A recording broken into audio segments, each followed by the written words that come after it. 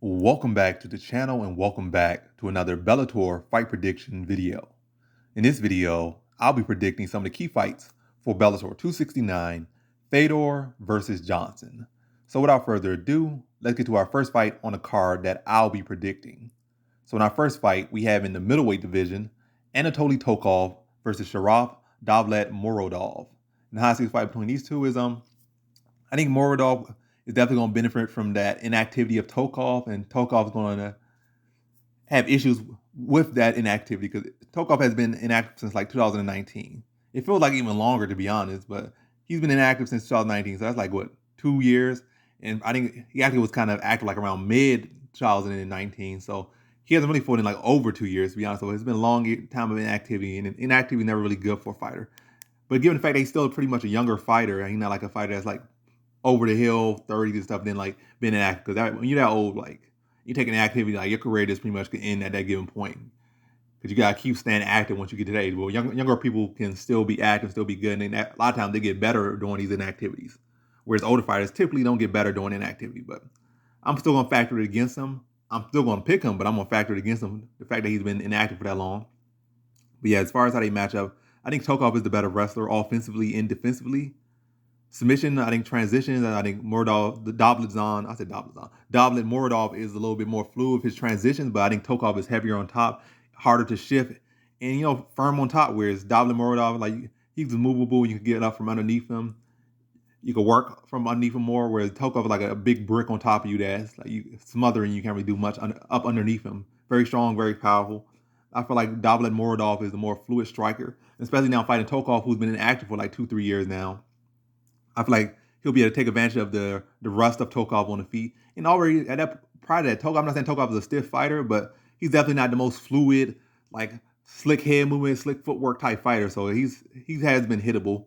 And now you got Davlet Murodov going to take advantage of a guy that's been a little bit rusty. He hasn't been in the cage. Whether he's been training or not, he has not been in the actual competition. And that's going to show in the fight. I feel like Davlet Murodov will be able to find success on the feet. But ultimately, I think this fight will come down to the power of Tokov. Well, it's gonna be kind of even. Like it's gonna be power versus volume more so, in clean combinations versus like one and dones or two and dones from Tokov, but Tokov landing with a lot of power on the feet. So I feel like Davlet Murodov will win the striking battle, but I feel like Tokov will win the wrestling battle, and that will be the edge. I feel like Davlet Murodov will be able to score, the best takedowns on Tokov. I feel like he'll have to get the perfect takedowns. He'll have to get it when time a shot like time a punch or a kick from Tokov perfectly and score a takedown off it. It's not gonna be a case of they're both fresh. I don't see Davlet Murodov getting a takedown over a fresh Tokov. But as the fight goes on, maybe when he gets tired, or maybe when he times it perfectly, or just catching him at the right moment at the right time, he score a takedown. But early on, if they're fresh, I only see Tokov scoring takedown. I think Tokov's takedown defense is much more solid. Whereas on the other side, Davlet Murodov takedown defense had looked absolutely mediocre at times. I'm not saying it's bad. It's definitely been sharpening up that area, but he still had those moments where his takedown defense looks beyond mediocre at times. But not to say that he's a bad wrestler or bad this or bad that. He just has those mental lapses out there, and sometimes those takedowns just materialize that shouldn't, or that he should be at a higher level to defend and not shouldn't be giving up takedowns like that. But going against Tokov, I don't know he's going to be preparing for it, but I still think, so I think it's going to be a struggle for Tokov to get those takedowns. It's not going to be a case of easy takedown. He's going to work for every single thing he has to get out there. I see this as a very tough matchup. This is a very hard matchup for him to return on. It's not like he's going out here like, give me the biggest can you got. Give me Ryan Bader. It's like, no, I'm joking, but it's not like he's going out there saying, give me the easiest matchup you can give me. He's out there saying, he's out there really, he's had his layoff, and now he's coming back and probably taking one of the harder matchups he could take. You're not getting the biggest credit for beating this guy if you do beat him.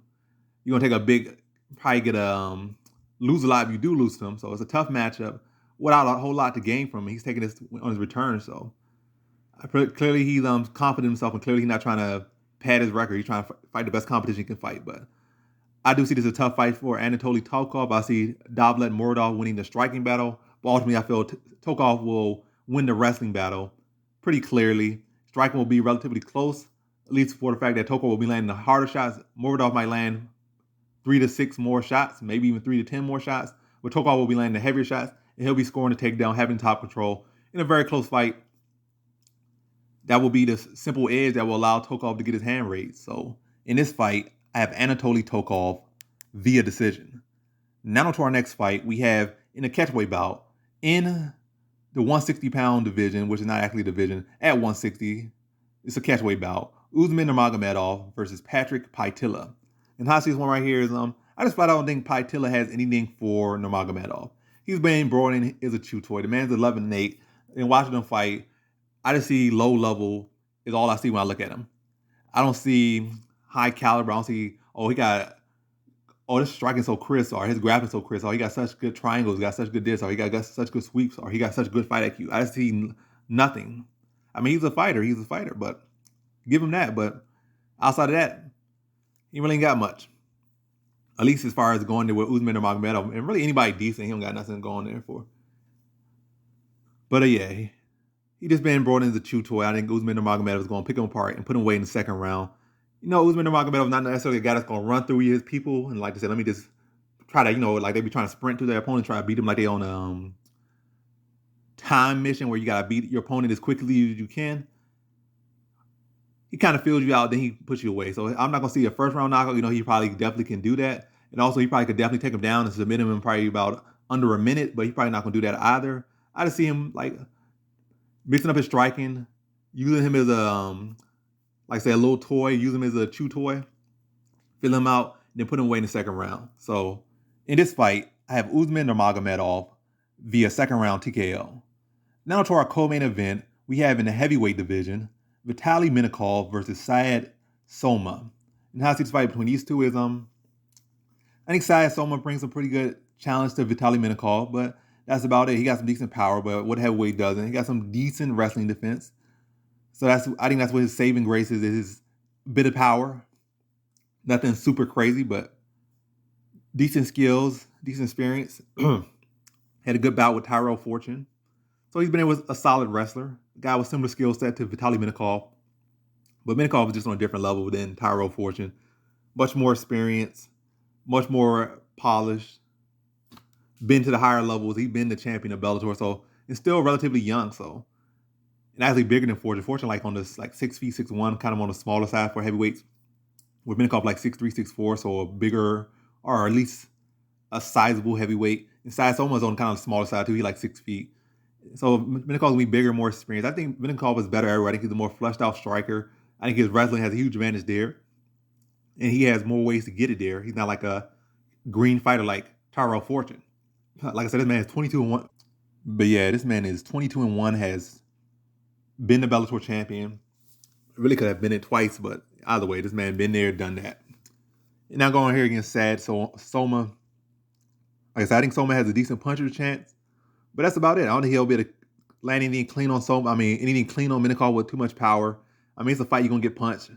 Unless you get that one punch knockout and the guy don't ever touch you, but you're going to be able to touch Minakov. I feel like he'll be able to give Minakov a decent, Minakov had to work a little bit for those takedowns. But I feel like once Minakov gets on top of him, I think he'll have some solid control and be able to smother him and control him on the ground for good portions of time in each round. Control him against cage, land shots, and this really ties guy, but never give him really the room to breathe or land with any power or really generate too much power. I don't think he stops Syed Soma, but I do think he beats him to a clear decision. Probably like a 30-27 shutout. Matter of fact, I'm going to say 30-27. I'm not going to say probably could. I'm going to say he's going to shut this man out 30-27 in my opinion. It's not going to be easy work, not going to be easy money, but it's going to be clear who's in the driver's seat, who's better, who's more experienced. And like I said, better and more experienced. As simple as that. And has all the skills and all the tools to guide this fight however he wants to guide it and dictate this fight however he wants to dictate it. So in this fight, I have Vitaly Minakov via decision. Now onto our main event, we have in the heavyweight division, Fedor Emelianenko versus Tim Johnston. So let's give our respect to Fedor Emelianenko, the last emperor, at one time the MMA GOAT. You really could still say this guy is the MMA GOAT, or you really want to go there. You could really still say Fedor is the MMA GOAT when you really think about, like, who we going to say, oh, Khabib? Right. Nobody with any real decent sense saying Khabib is the MMA GOAT. You got some fresh faces, some Khabib fanboys and fangirls or whatnot, and casuals, but nobody that really watched MMA for more than a year. I'm probably even stretching everybody. I'm going to give him, say, more than 5 years is saying that Khabib is the GOAT. Nobody with no sense really saying that, but if that's how you feel, that's how you feel. I'm just making my digs right now, but Khabib not the GOAT. It should not be the GOAT on anybody's thing, but that's my opinion. You might say John Jones, but then you got calculate that he kind of stuck in one division and was much bigger than most competition, and also the PEDs and all that other stuff, allegedly or whatnot. You got who else you could try to say? Anderson Silva, but you could say PEDs as well, at least after the injury with Wyman. You could say GSP, but GSP kind of really didn't pick and choose his fights, whereas Fedor, you could say, oh, Fedor did this, Fedor did that, but Fedor never was I picked my opponent, try to, he did kind of duck outside, I will say that, but that was even way after the point where he submitted himself as a GOAT at one point. So Fedor pretty much never ducked no one and never tried to hide in no weight class. He was an undersized heavyweight his whole career and dominated, was the greatest of his era. So is that very much you can still put Fedor as the GOAT. Is he the GOAT on my list? Not at the moment, not in my opinion, but definitely I was respected if somebody said that's still their GOAT. So, and I still see a lot of people say Fedor is their GOAT. So respectable opinion in my opinion. So yeah, definitely the heavyweight GOAT in my opinion. You could say, oh, error for error, Stipe did this, Stipe did that, and or if they fought like in their prime or prime for prime, Stipe would beat him. But I even think at prime I think Fedor would beat Stipe, but that's my opinion. But you don't go era for era when you're talking about all-time GOATs. You talk about, you don't go prime for prime. You talk about era for era. So in Fedor era, he was literally like a mythical being. Stipe was never a mythical being. Fedor had far more accomplishments and accolades. Stipe only got like 3 title defenses. That's his claim to go in the UFC. When Fedor was a champion, Pride was the biggest organization. So yeah, give Fedor his roses. Give that man his roses. Still the heavyweight GOAT. Cain Velasquez had potential, but was always injured. Then ultimately, when he did get uninjured, he started to see him lose. So he lost to Ngannou, lost to Verdum, lost to Fedor lost to Verdum, but yeah, there's some people in there, but Fedor, in my opinion, and I feel like a lot of people still should be the heavyweight GOAT, in my honest opinion.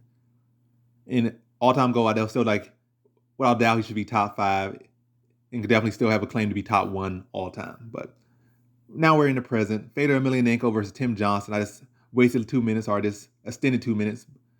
If anybody wants some historic or some opinion-based logic or whatever the case may be, I gave you to it, whether you asked for it or not. But to the actual prediction, Fedor Emelianenko versus Tim Johnson. I see this one right here. So Fedor would probably deep into his 40s at this given point. Tim Johnson not too far away from his 40s. But Tim Johnson is the much bigger heavyweight. And Fedor Emelianenko, it's not like he's been doing the greatest of late. He got knocked out by Matt Mitrione. That's embarrassing. He did beat Fat Page. He didn't beat Rampage. He beat Fat Page. He beat Pancake Page, or whatever the case he may be. He beat Honey Bun Page. Quentin Honey Bun Jackson. So he it's not like he had the most impressive wins. Fedor, Frank Mir's still a decent win to an extent, because Frank Mir's so inconsistent, so I don't know, you can even say that a great win, but you beat him.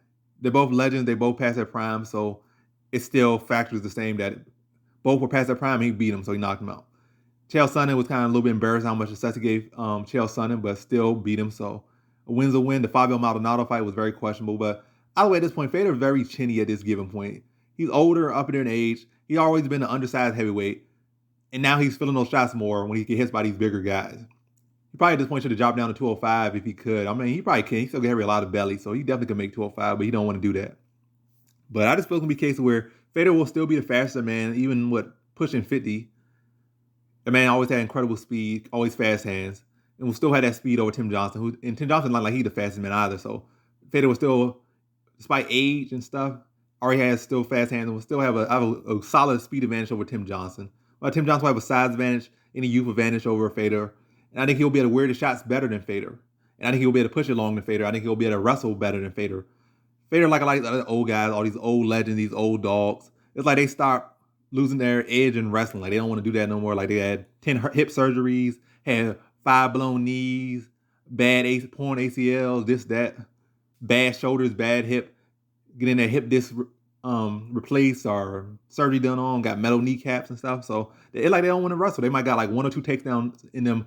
Whether it be a 1-round fight, 2-round, 3-round fights, 5-round fights, 20-round fights, they got like 1 takedown in them or 2 takedowns in them the whole fight. No matter how long the fight may be, they got 2 takedowns. That's it. They go for those 2 takedowns, or they get them or not, like they done. Whether they're going against a guy that's like a world-class boxer, world champion and stuff, and they can't get those 2 takedowns, they're like, I ain't doing it. Even if I'm probably gonna get knocked out of this, I ain't doing it, because it hurts me more to get this takedown or go for this takedown than it is for me to get knocked out and get my life knocked out. So I don't know. And I feel like Fedor is definitely in that category because he's not going for it anymore. He just don't do it no more. Or I look for it as much. Like I said, he got one or two in him, and that's it, regardless of how many rounds the fight has. And this is a 3-round fight, which isn't too crazy. But I feel in this fight, I feel like Tim Johnson's going to be big and smother him. I think feel like he's going to cut Fedor off. You know, the power and speed of Fedor definitely going to be present. But I feel like Tim Johnson will be able to weather it or avoid it mostly. You look at the crowd, Fedor's space.